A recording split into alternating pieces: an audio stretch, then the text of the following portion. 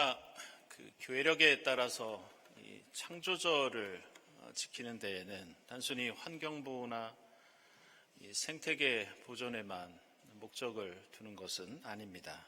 여기에는 그보다 훨씬 더 깊고 근본적인 신앙의 의미가 담겨 있는데, 그것은 하나님은 우리의 창조주가 되시고 우리는 그분의 피조물이라는 그러한 신앙 고백입니다. 성경을 보면 인간이 하나님 없이 살 수 있다고 교만에 빠져 있는 그런 모습을 자주 보게 됩니다. 그리고 마치 자신이 하나님이 된 것처럼 그렇게 자고하는 모습을 보이는 사람들도 많이 볼 수 있습니다. 그럴 때 인간은 죄를 짓고 타락하고 안타깝게도 심판의 저주를 경험합니다. 그래서 오늘 우리가 읽은 세 본문 말씀을 보시면 모든 인간은 하나님의 피조물이다, 이것을 강조하고 있습니다. 그리고 더불어 오직 하나님께만 소망을 두어야 한다. 또한 하나님 나라와 그 의를 위해서 살아야 한다, 이것을 가르쳐주고 있습니다. 이런 이유로 성경에는 그 인간이 하나님을 향해서 가져야 하는 신앙의 태도 가운데서 두 가지를 특별히 자주 강조합니다. 그 첫 번째가 무엇이냐? 바로 로마서 오늘 말씀에 나오는 하나님을 향한 탄식, 하나님을 향한 신음소리, 하나님을 향한 기도, 이것을 성경에서는 자주 강조합니다. 성경을 읽어보면 우리는 하나님께 대단한 신앙의 표시를 해야 하는 걸로 생각할 때가 많이 있지만, 의외로 하나님을 향해서 우리가 힘들 때마다 탄식하는 것이 매우 중요한 의미를 가지고 있습니다. 구약 성경에서 역사적으로 가장 중요한 사건을 이야기한다면 단연코 첫 번째가 출애굽 사건입니다. 그런데 이 출애굽 사건이 어떻게 일어났느냐? 성경을 보면 대단한 역사적인 전기가 있어서 그 일이 벌어진 것이 아니라 이집트에서 고난당하던 히브리 노예들의 하나님을 향한 탄식 소리, 성경은 하나님께서 그 소리를 들으시고 그들을 구원하시기로 마음먹었다, 이렇게 나옵니다. 그래서 그 한숨과 고통스러운 신음소리가 출애굽 놀라운 구원 사건의 동기가 됩니다. 구약 성경에 나오는 출애굽 사건과 더불어 두 개의 기둥처럼 여겨지는 또 하나의 중요한 사건이 있습니다. 그것은 이스라엘 백성들이 바벨론 땅에서 역시 포로로 살아갈 때 그들을 하나님께서 해방시킨 바벨론 구원 사건입니다. 그런데 이 일은 어떻게 일어났느냐? 예레미야 애가서를 보면 이 일은 이스라엘 백성들의 하나님을 향한 회개, 탄식, 신음, 애타게 하나님을 찾는 그 애통하는 소리, 이것이 두 번째 출애굽, 바벨론 사건을 가능하게 했다고 알려주고 있습니다. 이렇듯 성경에 나오는 모든 구원 사건이 이런 특징을 가지고 있습니다. 신학의 인물들을 보면 야곱과 요셉과 모세, 다윗과 엘리야와 요나와 예레미야 같은 인물들을 보면 그들은 고난 가운데 하나님을 찾는 기도, 하나님을 향해서 내뱉는 그 탄식 소리가 그들이 이 땅에서 주님의 일을 할 수 있는 원동력이었고, 하나님께서는 그 탄식을 들으시고 그들에게 힘을 주시고 그들을 인도해 주셨던 것을 볼 수 있습니다. 그리고 이것은 이 땅에 오신 메시아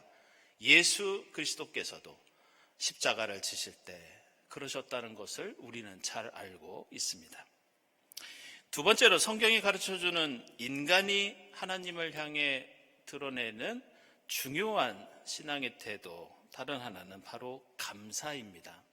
오늘은 추석 명절을 앞둔 주일이고 말씀드린 대로 다음 주일은 추수 감사 주일입니다.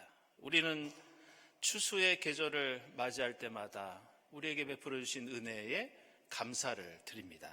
하지만 우리가 하나님께 드리는 감사는 기쁠 때나 즐거울 때나 드리는 것이 아니라 범사에 감사하라는 말씀처럼 항상 하나님께 드려야 하는 우리의 신앙의 표시입니다. 하나님께 지음받은 피조물로서 하나님을 믿는 그리스도인으로서 항상 우리는 생명을 주시고 우리를 구원해 주신 하나님께 감사를 드려야 하는데, 이러한 그리스도인이 가지고 있는 감사의 신앙이 가지고 있는 특징을 드러내는 중요한 예가 하나 있습니다. 그것은 무엇이냐? 고대 이스라엘 공동체가 드렸던 제사입니다. 당시 이스라엘 공동체에서는 제사장이 하루도 빠짐없이 아침 저녁으로 하나님께 드리던 제사가 하나 있었습니다. 그 제사 이름을 히브리어로 타미드 이렇게 부르는데, 그 제사가 어떤 것이었느냐? 감사 제사였습니다. 이 제사는 추수 때처럼 감사할 만한 거리가 있을 때만 하나님께 드리던 예배가 아니었습니다. 이스라엘 공동체 안에 어떤 고통과 슬픔과 어려움이 있더라도 하루도 빠지지 않고 반드시 아침 저녁으로 이 감사 제사를 하나님께 드려야 했습니다. 그래서 시편 68편 19절을 보면 날마다 우리의 주님을 찬양하여라. 주님은 우리의 짐을 대신 짊어주시고 우리를 구원하신다, 이렇게 말씀합니다. 따라서 성경은 우리에게 하나님께 지음받은 인간은 하나님을 향해서 분명하고 뚜렷한 태도를 보여야 한다고 강조합니다. 만약 우리에게 견디기 힘든 고통과 어려움이 있다면 우리가 취해야 할 최선의 행동은 하나님을 향해서 탄식하며 기도하는 일입니다.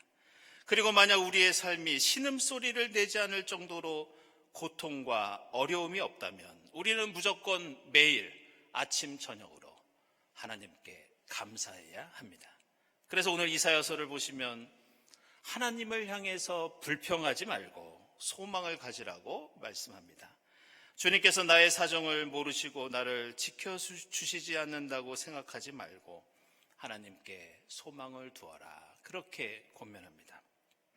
오늘 로마서를 보면 우리가 하나님을 향해 소망을 가지고 그렇게 간구하고 탄식할 때 우리의 탄식은 구원으로 이루어진다고 사도 바울은 가르쳐주고 있습니다. 그리고 오늘 누가복음서에서는 하나님 앞에서 걱정과 염려를 던져버리고 오직 하나님 나라의 소망을 가지고 살아간다면 하나님께서 우리의 필요를 아시고 채워주신다고 예수께서 우리에게 약속하고 계십니다. 저는 제가 개인적으로 힘들고 어려운 일이 있으면 성경 말씀도 읽고 기도도 드리지만 그 밖에 제가 어려움을 이겨내기 위해서 가지고 있는 좀 독특한 습관 하나가 있습니다. 그것은 책이나 사진이나 다큐멘터리를 보는 건데요. 어떤 종류의 책이나 사진이나 다큐멘터리를 보냐, 이 우주에 관한 책을 읽습니다.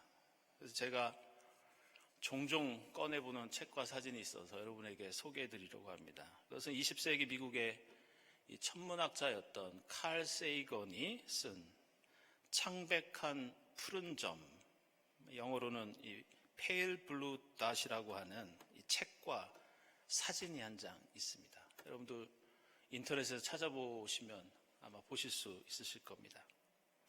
이 창백한 푸른 점이라는 책 제목은 역사상 우주를 찍은 가장 유명한 사진에 붙어있는 이름을 책 타이틀로 쓴 겁니다. 1977년에 우주를 탐사하기 위해서 여러분 아시는 미국의 보이저호가 발사됩니다. 그리고 발사된 지 13년이 지난 1990년에 지구로부터 무려 60억 킬로미터가 떨어진 우주 공간에서 찍은 사진입니다. 원래 이 보이저호는 지구 반대편 우주를 촬영하도록 설계되어 있어서 그 지구를 찍으려면 카메라를 돌려야 하기 때문에 자칫 고장이 날 수도 있었지만 당시 칼 세이건이 저 멀리 60억 킬로미터 떨어진 곳에서 지구가 어떻게 보이는지 아는 것도 의미가 있다고 해서 제안했다고 합니다. 그런데 보이저 탐사선이 지구로부터 그렇게 우주 공간에서 찍은 이 사진 속의 지구는 결코 멋있고 아름답고 거대한 모습이 아니었습니다. 이 책 제목, 사진 제목처럼 거의 눈에 보이지 않는, 과학적으로는 카메라 화소 하나만큼도 되지 않는 크기의 창백하고 푸른 먼지 같은 점 하나였습니다. 그래서 많은 사람들이 이 사진을 보면서 우리가 살고 있는 이 땅, 우리 인간이라고 하는 존재에 대해서 다시 한번 생각해 보게 되었고, 칼 세이건은 이 사진을 보면서 책에서 이렇게 이야기합니다. 여러분, 저 작은 점을 한번 보십시오. 저 점이 우리의 고향이고 우리의 모습입니다. 당신이 알고 사랑했던 모든 사람들, 지금까지 존재했던 모든 인류가 저 작은 점 위에서 살았습니다. 우리의 기쁨, 우리의 고통, 수천 가지의 신앙, 이데올로기, 인간 역사에 등장했던 모든 사람들이 저 티끌 위에서 살았습니다.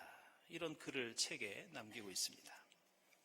우리는 그 먼지 같은 창백한 푸른 점 하나를 보면서 다시 한번 우리 인간이 얼마나 작고 부족하고 연약한 존재인지 깨닫게 됩니다. 그 작은 점을 보면서 우리가 자랑하던 것, 우리가 가지고 있는 욕망이 정말 우리가 생각하는 것만큼 대단한 것이었는지 우리는 겸손히 되묻게 됩니다. 그리고 우리는 그 티끌 같은 점을 보면서 우리가 태산처럼 느꼈던, 저 우주 공간처럼 거대하다고 느꼈던 우리의 걱정과 고통과 절망이 하나님 앞에서 그렇게 큰 것이었는가 다시 한번 생각하게 됩니다. 그러면서 이 땅에서 일어나는 모든 인간 세계의 교만과 자랑과 탐욕, 걱정과 염려와 근심, 그리고 우리의 미움과 증오와 갈등이 얼마나 어리석고 허무한 일이었는지 그 티끌 같은 점을 보면서 우리는 깨닫게 됩니다. 오늘 우리가 읽은 이사야서 40장 말씀은 이스라엘 백성들이 바벨론의 포로로 끌려가서 그 고통 가운데 희망을 가지고 함께 읽고 묵상했던 말씀이 오늘 이사야서 40장입니다. 이사야 예언자는 오늘 말씀을 통해 시리에 빠진 이스라엘을 향해서 하나님은 영원한 창조주시고 그분은 피곤을 느끼지 않으시고 지칠 줄 모르시며 지혜가 무궁하신 분이라고 선포하고 있습니다. 그리고 오늘 이사야서 본문 중에서 특별히 마지막 31절 말씀은 오직 주님을 소망으로 삼는 사람은 새 힘을 얻으리니 독수리 날개치며 솟아오르듯 올라갈 것이요 뛰어도 지치지 않으며 걸어도 피곤하지 않을 것이다, 이렇게 말씀합니다. 그런데 오늘 이 31절에 나오는 주님을 소망으로 삼는 사람, 여호와를 앙망하는 자, 이 말씀에서 소망이라는 말은 우리에게 대단히 중요한 의미를 가지고 있습니다. 우리는 소망이라고 하면 어떤 일을 기다리고 참는 것을 생각합니다. 물론 그것도 소망이 가진 중요한 의미입니다. 그런데 구약 성경의 소망에는 우리가 흔히 생각하는 것과는 다른 매우 중요한 다른 뜻이 하나 더 있습니다. 소망은 히브리어로 카바 이렇게 부르는데 이 말은 원래 긴 줄이나 선을 가리키는 카브라고 하는 말에서 온 말입니다. 그래서 구약 성경의 카바, 구약 성경의 소망은 이런 뜻을 가지고 있습니다. 함께 줄로 묶는다, 함께 줄로 묶인다, 이것이 바로 성경의 소망입니다. 따라서 우리가 주님께 소망을 둔다는 성경 말씀은 하나님과 나를 함께 줄로 묶는 것, 이것이 바로 하나님께 소망을 두는 일입니다. 하나님을 믿고 바라는 우리 모두가 함께 그 줄로 하나가 되고 한 몸처럼 연합을 하는 것이 성경의 소망입니다. 그래서 성경은 나 개인에게 일어나는 그저 머리로만 생각하는 심리적인 작용만이 소망이 아니라고 말씀합니다. 성경의 희망은 하나님과의 연합이고 우리 모두가 하나 되는 사건입니다. 함께 주님 안에서 기뻐하고 감사하면서 함께 하나의 줄로 묶여서 눈물을 흘리고 함께 탄식하는 것, 이것이 바로 성경이 가르쳐주고 있는 소망입니다. 오늘 이사야서는 오직 주님을 소망으로 삼는 사람은 새 힘을 얻는데 독수리 날개치듯 솟아오르듯 올라갈 것이요 뛰어도 지치지 않고 걸어도 피곤치 않을 것이라고 약속하십니다. 이것은 하나님을 앙망하는 자는 슈퍼맨 같은 초능력을 얻는다는 그런 뜻이 아닙니다.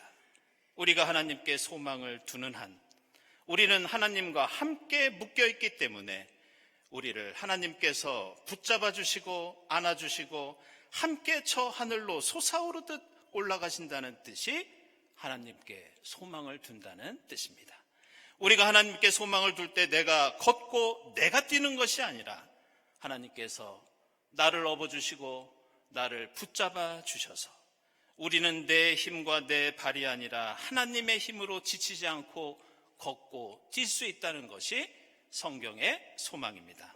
사랑하는 여러분, 오늘부터 시작되는 이 추석 명절에 우리 인간은 스스로 쌀 한 톨, 과일 한 쪽도 만들지 못하는 연약한 피조물임을 깨닫고 창조주 하나님께 겸손히 감사드릴 수 있기를 바랍니다.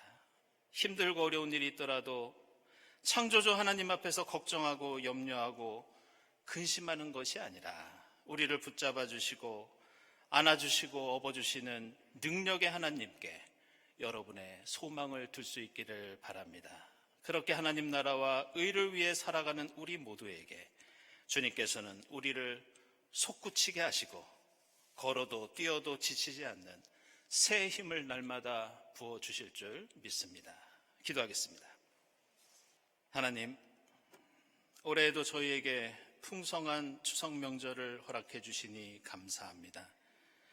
넓은 들녘을 바라보고 밝은 보름달을 보면서 저희를 창조하신 하나님께 겸손히 감사하게 하옵소서.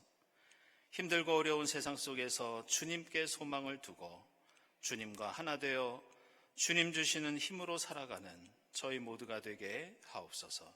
예수 그리스도의 이름으로 기도드리옵나이다. 아멘.